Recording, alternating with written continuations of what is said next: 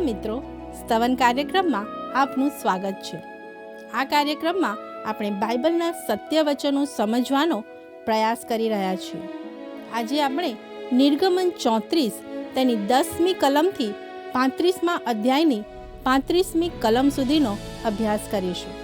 તેમાં ઈશ્વર મૂસાને તેના કાર્યો અને કરારો ફરીથી સોંપીને ઇસરાયેલીઓને કનાન દેશના રહેવાસીઓ સાથે કરાર ન કરવાની અને જૂઠી ભક્તિથી દૂર રહેવાની કડક ચેતવણી આપે છે. તો આવો મિત્રો, આપણે સાથે મળીને આજના અભ્યાસમાં આગળ વધીએ.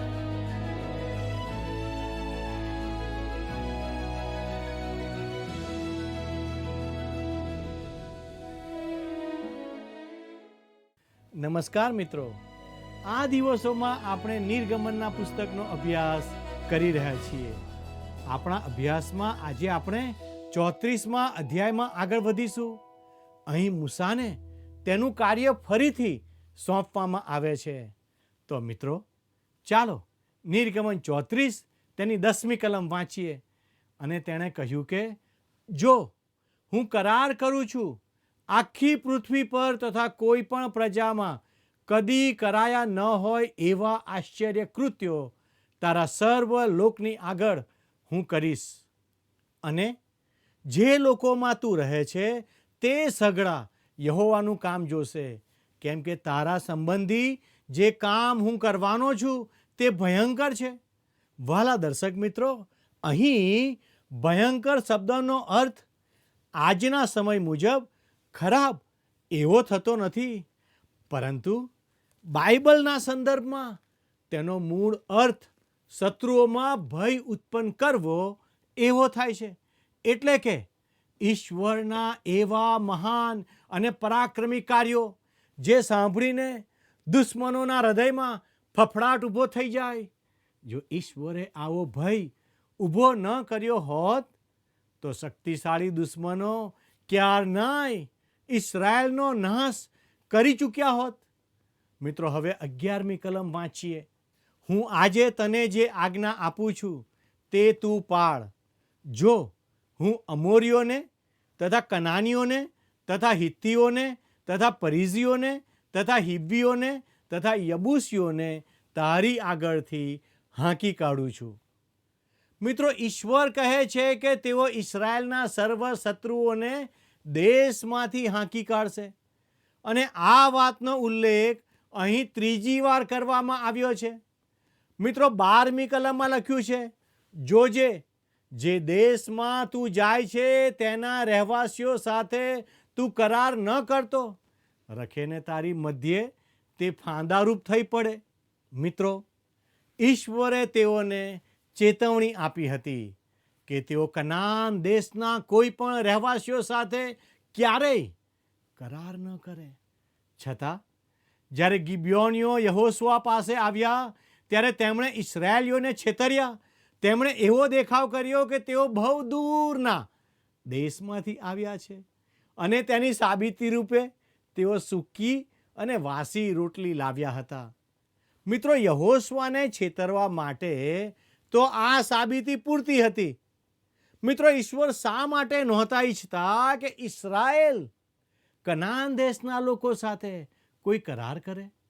કારણ કે જો તેઓ આ લોકો સાથે કોઈ પણ કરાર કરે તો તે તેમના માટે એક ફાંદારૂપ બની જાય અને તેઓને પાછા પ્રતિમાની ઉપાસના તરફ દોરી જાય. મિત્રો, 13 અને 14 કલમ પ્રમાણે ઈશ્વર આવેશી દેવ છે, જે પોતાના સિવાય અન્યની ભક્તિ સાંખી શકતા નથી અને તેઓ પોતાનું ગૌરવ અને પોતાનો મહિમા અન્ય દેવો સાથે વહેંચવા માંગતા નથી. ઈશ્વરના આ પ્રકારના આવેશી સ્વભાવ અંગે કોઈ બચાવ કરવાની કે માફી માંગવાની જરૂર પણ નથી. મિત્રો, તમે જો કોઈ પણ વસ્તુ કે વ્યક્તિને સાચો પ્રેમ કરો છો, તેના પર માત્ર તમારો જ અધિકાર રહે તેમ ઈચ્છો છો અને તેને અન્ય લોકો સાથે વહેંચવાનું તમને ક્યારેય ગમતું નથી. કોઈ વ્યક્તિ ખરાબ ભાવનાથી કે અદેખાઈથી પણ ઈર્ષાળુ હોઈ શકે છે, પરંતુ આપણે અહીં એ નકારાત્મક ઈર્ષા વિશે વાત નથી કરી રહ્યા.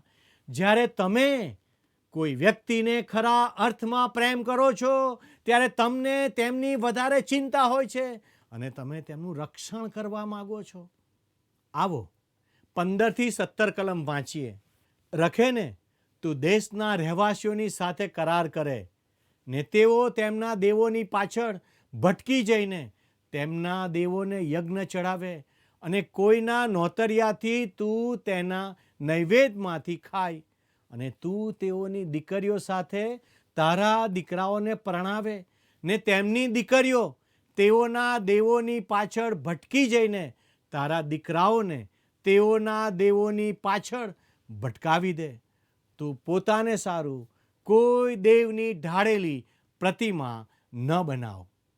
મિત્રો, કનાન દેશમાં પ્રતિમાની ઉપાસના અતિશય પ્રમાણમાં ફેલાયેલી હતી. કનાન દેશ પ્રતિમાની ઉપાસના અને અનૈતિકતાથી ખરડાયેલો દેશ હતો. તેથી ઈશ્વરે ઇઝરાયલને ચેતવણી આપી કે તેઓ આ લોકો સાથે કોઈ કરાર ન કરે, પણ પોતાને સંપૂર્ણપણે અલગ રાખીને કાં તો તેમનો નાશ કરે અથવા દેશમાંથી કાઢી મૂકે. ઘણા બાઇબલના અભ્યાસીઓ ઈશ્વરની આ આજ્ઞાને ક્રૂર ગણાવે છે, પરંતુ મિત્રો, દેખીતી રીતે જ તેની પાછળ ચોક્કસ કારણો છે. પહેલું અને સ્પષ્ટ કારણ એ છે કે ઈશ્વર પોતાના લોકોને પ્રતિમાની ઉપાસનાના પાપથી બચાવવા માંગતા હતા. તેનું બીજું પણ એક મહત્વનું કારણ હતું.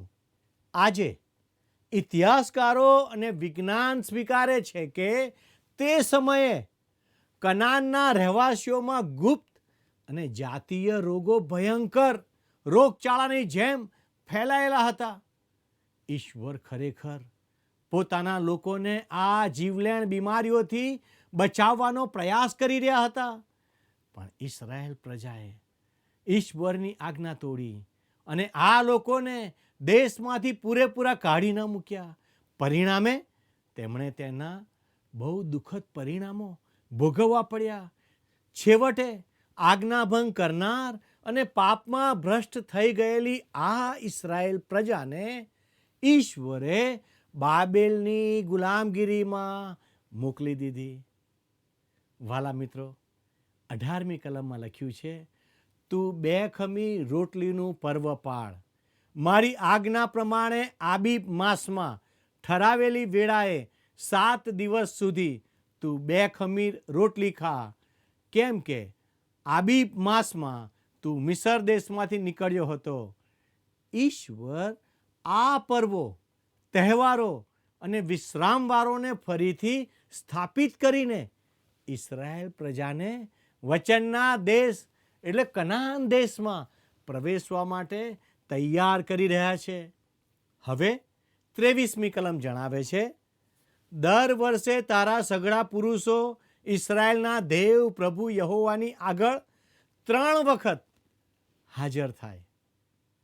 ત્યારબાદ ઈશ્વર આગળ વાત ચાલુ રાખીને અનેક જુદી જુદી બાબતો વિશે વિગતો આપે છે.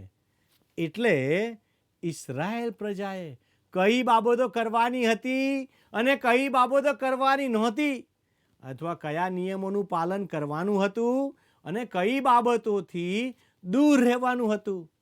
25 અને 26 કલમમાં લખ્યું છે, ખમીર સાથે તું મારા યજ્ઞનું રક્ત ન ચઢાવીશ, તેમજ પાસ્ખા પર્વનો યજ્ઞ સવાર સુધી પડ્યો ન રહે. તારી જમીનનું પહેલું પ્રથમ ફળ તું યહોવા તારા દેવના ઘરમાં લાવ.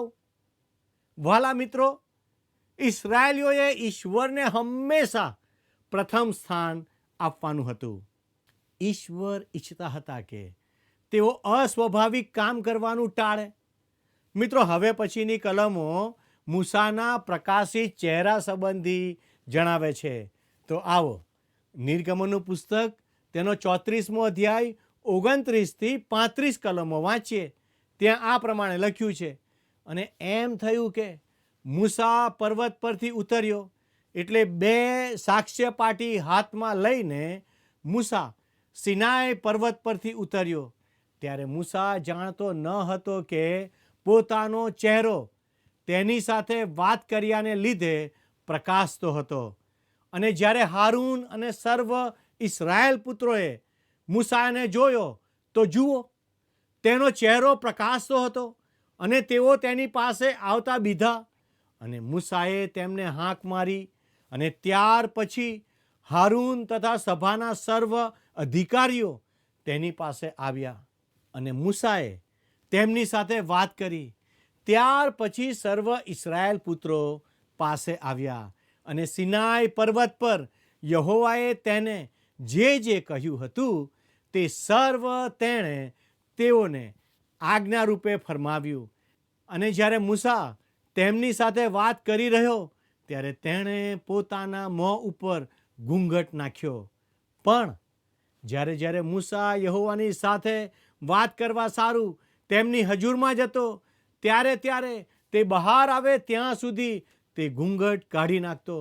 પછી તે બહાર આવતો ને જે આજ્ઞા તેને મળતી હતી તે ઇસ્રાયેલ પુત્રોને કહી સંભળાવતો. અને ઇસ્રાયેલ પુત્રોએ મૂસાની સામે જોયું તો મૂસાનો ચહેરો પ્રકાશતો હતો અને મૂસા તેની સાથે વાત કરવાને માટે માહે જતો ત્યાં સુધી તે પોતાના મુખ ઉપર ફરીથી ઘૂંઘટ રાખતો. મિત્રો, આ કલમો જણાવે છે કે ઈશ્વરની સાથે વાત કર્યા પછી મૂસાનો ચહેરો પ્રકાશિત થઈ જતો હતો. આ સાથે અધ્યાય 34 પૂરો થાય છે. વાલા દર્શક મિત્રો, હવે આપણા અભ્યાસમાં અધ્યાય 35 તરફ આગળ વધીએ. મિત્રો, જો તમારી પાસે પવિત્ર પુસ્તક બાઇબલ છે તો તમે નિર્ગમનનું પુસ્તક તેનો 35મો અધ્યાય ખુલ્લો રાખશો. મિત્રો, અધ્યાય 35નો વિષય છે વિશ્રામવારનું મહત્વ. મુલાકાત મંડપ માટે સ્વૈચ્છિક અર્પણો, બઝાએલ અને આહોલિયાબને કામ માટે બોલાવવામાં આવ્યા, વગેરે વગેરે. આ અધ્યાયમાં વિશ્રામવાર પર ફરીથી ભાર મૂકવામાં આવે છે. મિત્રો, આ અધ્યાયમાં પ્રભુ ફરી એકવાર ઇસ્રાયેલ પ્રજા સાથે વિશ્રામવારના પાલન વિશે વાત કરે છે. ઈશ્વર દ્વારા આ ત્રીજી વખત એક જ બાબત પર ભાર મૂકવામાં આવ્યો છે. તો મિત્રો, આવો નિર્ગમન 35 તેની 1 થી 3 કલમો વાંચીએ. અને મૂસાએ ઇસ્રાયેલ પુત્રોની આખી જમાતને એકઠી કરીને તેઓને કહ્યું કે જે વચનો તમારે પાળવાને વાસ્તે યહોવાએ ફરમાવ્યા છે તે આ છે: 6 દિવસ કામ કરવું, પણ 7મો દિવસ તે તમારે વાસ્તે પવિત્ર દિવસ થાય.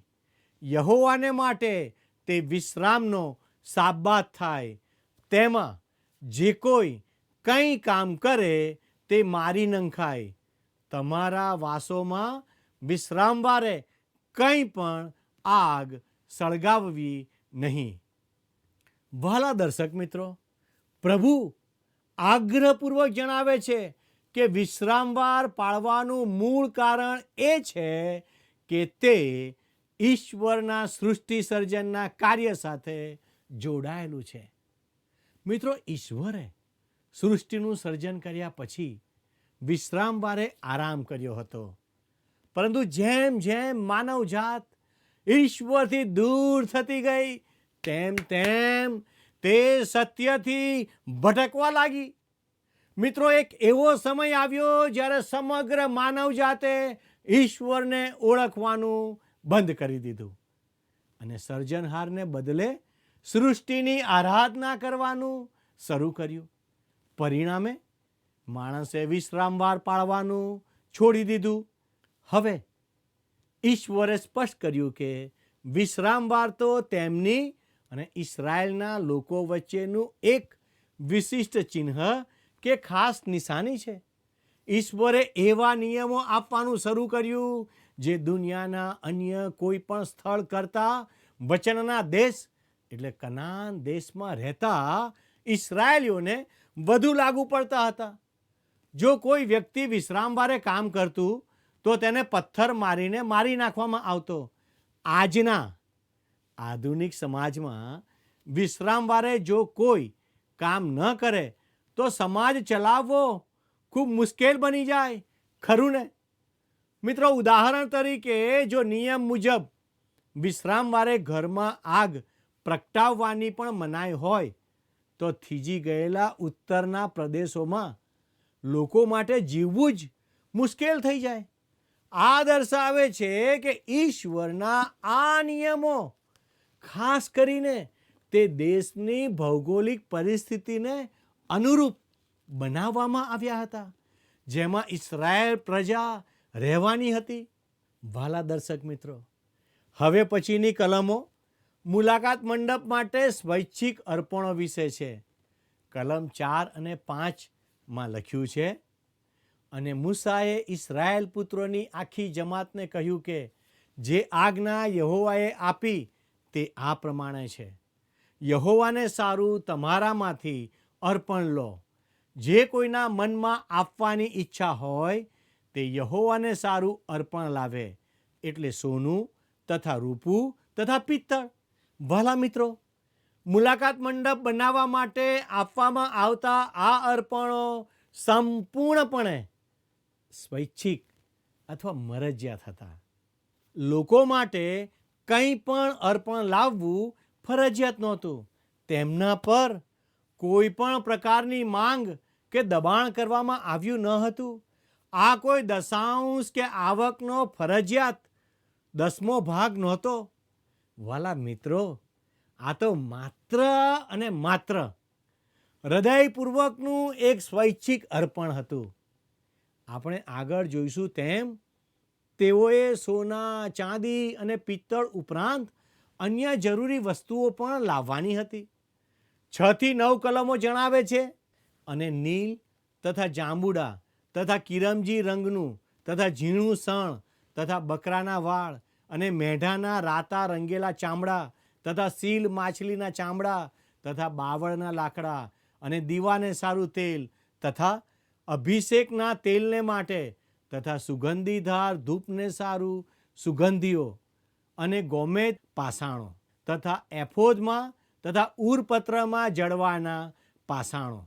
મિત્રો, મુલાકાત મંડપના નિર્માણ માટે ઇઝરાયેલના લોકો આ જુદી જુદી વસ્તુઓ અર્પણ તરીકે આપી શકતા હતા. મિત્રો, તે જમાનામાં આજના જેવા કાયદેસરના ચલણી નાણાંની કોઈ વ્યવસ્થા નહોતી. લોકો સાટા પદ્ધતિ એટલે વસ્તુના બદલામાં વસ્તુ આપવા દ્વારા જ લેવડ દેવડ કરતા હતા. તેથી ઇઝરાયેલીઓ પ્રભુના કાર્ય માટે પૈસાને બદલે પોતાની કિંમતી વસ્તુઓ આપી રહ્યા હતા. આજે પણ લોકો આ જ રીતે પ્રભુની સેવા કરી શકે છે. મિત્રો, ઘણા વર્ષો પહેલાં અમારા સ્ટુડિયો માટે એક બહેને અમને એમ્પ્લીફાયર દાનમાં આપ્યા હતા. આ એમ્પ્લીફાયર ખૂબ જ કિંમતી હતા, અને તે અમને બરાબર એવા સમયે મળ્યા જ્યારે અમને ખરેખર તેની બહુ જરૂર હતી. ઘણા લોકો એવું વિચારે છે કે પ્રભુના કામમાં દાન આપવા માટે હંમેશા ચેક અથવા પૈસા જ આપવા પડે. મિત્રો, કોઈ ગેરસમજ ના કરતા, પણ પ્રભુના કાર્ય માટે નાણાંની તો જરૂર હોય છે જ. પરંતુ જ્યારે તમે પ્રભુના કાર્ય માટે તમારી પાસે રહેલી વસ્તુઓનું દાન કરો છો, ત્યારે તેના દ્વારા પણ પ્રભુની ઉત્તમ સેવા થઈ જ શકે છે. વાલાઓ, કેટલીક વાર લોકો દ્વારા પ્રશ્ન પૂછવામાં આવે છે કે જો ઇઝરાયેલના લોકો મિસરમાં ગુલામ હતા, તો પછી તેઓએ મુલાકાત મંડપ માટે જે આટલી બધી કિંમતી વસ્તુઓ આપી તે તેઓ ક્યાંથી લાવ્યા? યાદ રાખો કે ઉત્પત્તિ 15 અને 14માં ઈશ્વરે અગાઉથી જ કહ્યું હતું કે તેઓ પુષ્કળ સંપત્તિ સાથે મિસરમાંથી બહાર આવશે. ઈશ્વરે એ વાતની ચોક્કસ ખાતરી કરી કે તેઓ પોતાની વર્ષોની મજૂરીનું બાકી રહેલું વળતર વસૂલ કરીને જ જાય. મિસ્રીઓ પોતાના દેશમાં ઇઝરાયેલીઓથી છુટકારો મેળવવા માટે એટલા આતુર હતા કે ઇઝરાયેલીઓએ જે માગ્યું તે બધું જ તેઓએ આપી દીધું. તેથી ઇસ્રાયેલ પ્રજા મિસ્રની ઘણી મોટી સંપત્તિ લઈને ત્યાંથી બહાર નીકળી. મિત્રો, હવે બઝાએલ અને આહોલિયાબની મુલાકાત મંડપના નિર્માણ કાર્ય માટે પસંદગી થાય છે તે વિશે જોઈએ. તો આવો 30 અને 31 કલમ વાંચીએ.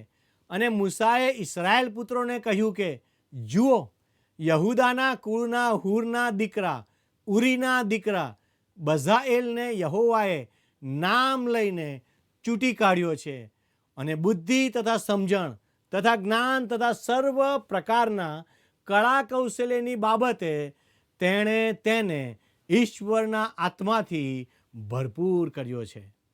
વાલા દર્શક મિત્રો, આ બઝાએલ એ માણસ છે જેને ઈશ્વરે મુલાકાત મંડપમાં અત્યંત મહત્વની એવી રાચ રચીલાની વસ્તુઓ બનાવવા માટે ખાસ રીતે તૈયાર કર્યો હતો. ત્યારબાદ 34મી કલમ જણાવે છે, અને તેને તથા દાનના કુળના અહીસા માખના દીકરા આહોલિયાબને તેણે શીખવવાનું મન આપ્યું છે. મિત્રો, ઈશ્વરે બઝાએલને અને આહોલિયાબને એવી શક્તિ પણ આપી હતી કે તે પોતાની આ કળા અને આવડત વડે આ ઈશ્વરદત્ત ભેટ વિશે અન્ય લોકોને પણ શીખવી શકે. હવે 35મી કલમ જોઈએ. તેઓના હૃદયોમાં તેણે જ્ઞાન ભર્યું છે કે તેઓ કોતરનારની તથા નિપુણ કારીગરની અને નીલ તથા જાંબુડા, કિરમજી તથા ઝીણા શણમાં ભરત ભરનારની અને વણકરની સર્વ પ્રકારની કારીગરી, એટલે હર કોઈ પ્રકારની કારીગરી કરનારની તથા નિપુણ કામો યોજનારાઓની કારીગરી કરે. મિત્રો, મુલાકાત મંડપ એક સુંદર રચના હતી. તે રણમાં એક કિંમતી રત્ન સમાન હતો. તે કદમાં બહુ મોટો નહોતો, એટલે કોઈ મોટા ગોદામ જેવો નહીં, પણ માત્ર એક નાની ઇમારત હતો. એવો અંદાજ છે કે થોડા વર્ષો પહેલાંની ધાતુઓના મૂલ્ય મુજબ મંડપના નિર્માણમાં કરોડો રૂપિયાનો ખર્ચ થયો હશે. મિત્રો, આજના મોંઘવારીના સમયમાં તો તેનું મૂલ્ય ઘણું વધારે થાય. મુલાકાત મંડપ એ ખરેખર ઈશ્વરનું એક અતિ કિંમતી રત્ન હતું, જે તેમના પુત્ર પ્રભુ ઈસુ ખ્રિસ્તની એક સુંદર છબી અથવા પ્રતીક પૂરું પાડે છે. વાલા દર્શક મિત્રો, મારો સમય પૂરો થાય છે. મને આશા છે કે આજના કાર્યક્રમમાંથી આપને કંઈક નવું શીખવા મળ્યું હશે.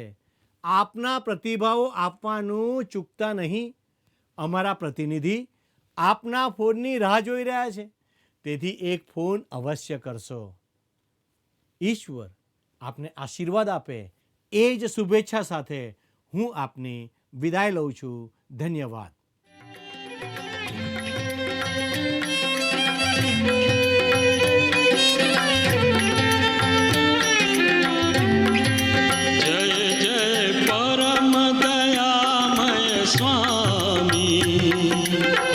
स्मारक गान करो रे. जय जय परम दयामय स्वामी, स्मारक गान करो रे. जय जय ईसु दयामय स्वामी, स्मारक गान करो रे. जय जय ईसु दयामय स्वामी, स्मारक गान करो रे. जय जय परम दयामय स्वामी, स्मारक गान करो रे.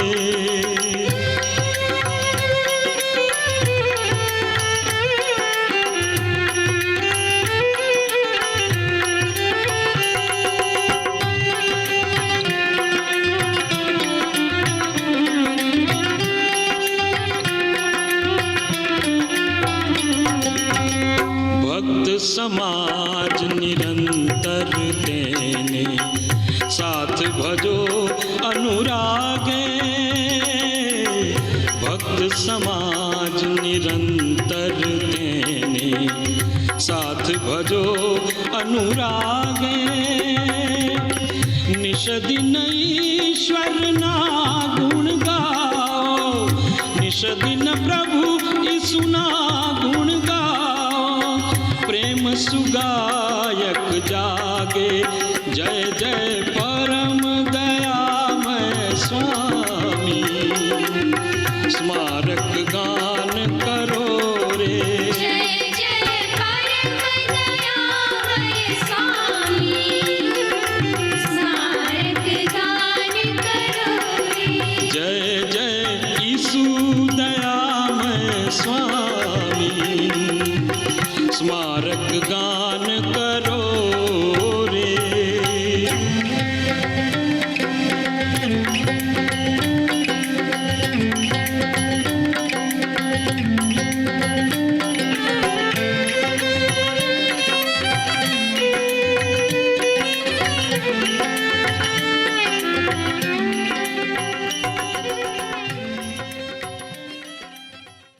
પ્રિય દર્શક મિત્રો, આજે આપણે જોઈ ગયા કે ઈશ્વર પ્રત્યેની સંપૂર્ણ આધીનતા અને પવિત્રતા કેટલી મહત્ત્વની છે. જ્યારે શત્રુ ઈશ્વરના લોકો પર આક્રમણ કરે છે ત્યારે ઈશ્વર તેમના લોકોનું રક્ષણ કરે છે. મૂસાનો પ્રકાશિત ચહેરો આપણને સમજાવે છે કે ઈશ્વરની હાજરીમાં રહેવાથી મનુષ્યના જીવનમાં કેવું દિવ્ય પરિવર્તન આવે છે. મિત્રો, મુલાકાત મંડપ તો રણમાં ઈશ્વરની હાજરી અને ઈસુ ખ્રિસ્તની એક સુંદર છબી સમાન હતો. શું આજે તમારા જીવનમાં ઈશ્વરની હાજરી છે?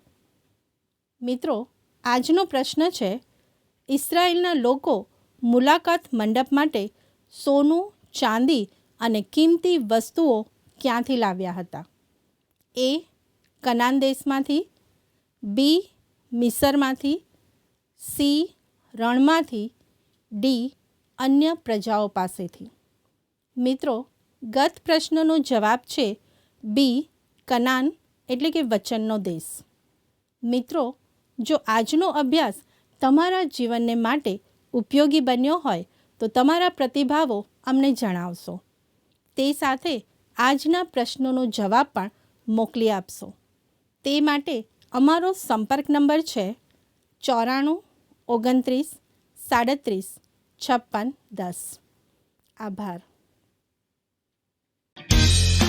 શું તમને આ કાર્યક્રમ ગમ્યો? અત્યારે જ અમને મિસ કોલ કરો.